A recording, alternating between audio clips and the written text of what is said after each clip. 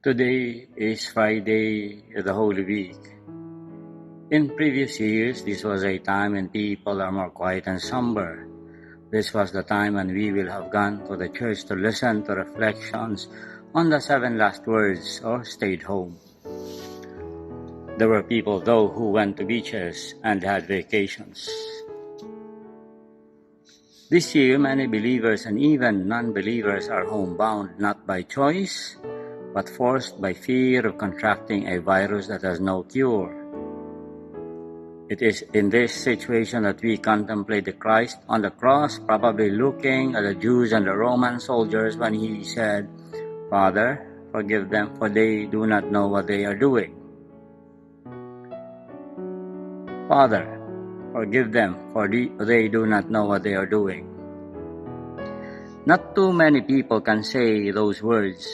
For really, when one is suffering and in pain, when we are going through bad experiences because people have wronged us, when we are afraid and angry and alone, probably the last thing in our mind is forgiveness. Jesus is asking God to forgive the people who is responsible for his crucifixion. And more importantly, Jesus is asking God to forgive the people who, because they are crucifying him, is rejecting God.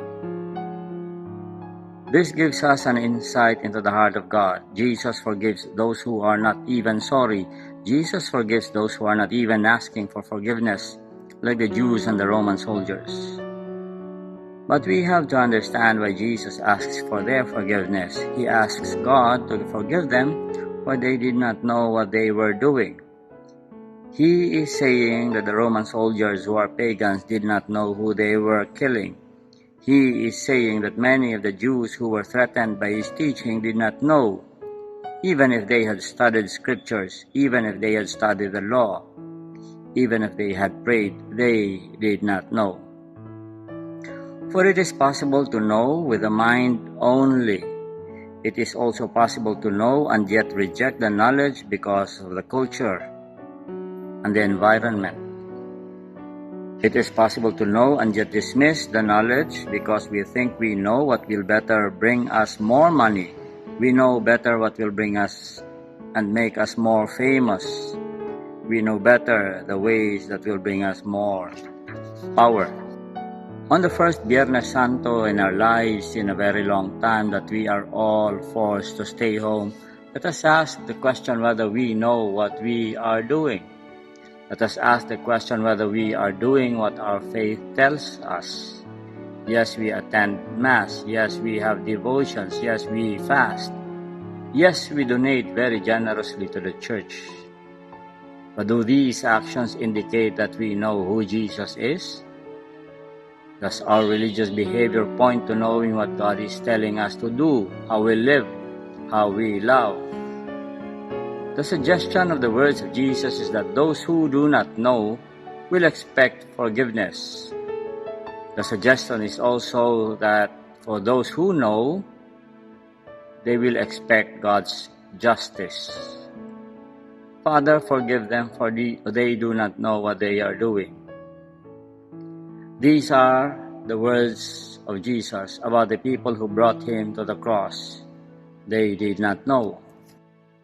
The difference between them and us is that we know we have been baptized and accepted into the Christian community.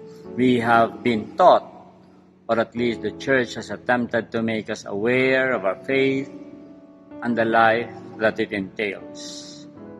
Now, if we have not grown in knowing Jesus ever since we've been baptized, in knowing God, we are accountable. We will be held responsible. The words of Jesus asking the Father to forgive those who wronged him might not apply to us. If there is any season in the life of the church that we are to examine what we know, this is that season when we will have to gauge the depth of our faith. For these are times when people are confused and they find it impossible to hope.